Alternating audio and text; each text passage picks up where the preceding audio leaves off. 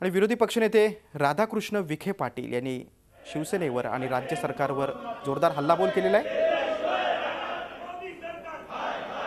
आणि शेतकरी कर्जमाफीवरून विरोधक आजही आक्रमक आहेत। राधाकृष्ण विखे पाटील यांनी नक्की काय म्हटले ते आता आपण पाहूया। काल गेलेल्या महाराष्ट्राच्या शिष्टमंडळाला शेतकऱ्यांना तुर्तास कर्जमाफी नाही असं केंद्रीय अर्थमंत्री सांगतात।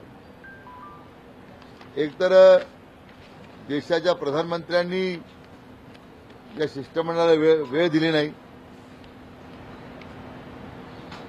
आणि मग केंद्रीय अर्थमंत्र्यांना भेटले, आश्वासनाच्या पलीकडे यांना मात्र दुर्दैवाने काही मिळालं नाही आणि म्हणून कर्जमाफीचा हा फार्स जो आहे, हा जो दिल्लीला शिष्टमंडळ घेऊन जाण्याचा फार्स आहे, मला वाटतं राज्याच्या शेतकऱ्यांच्या जखमेवर हा मीठ चोळण्याचा प्रकार आहे असं म्हणण्यात हरकत नाही।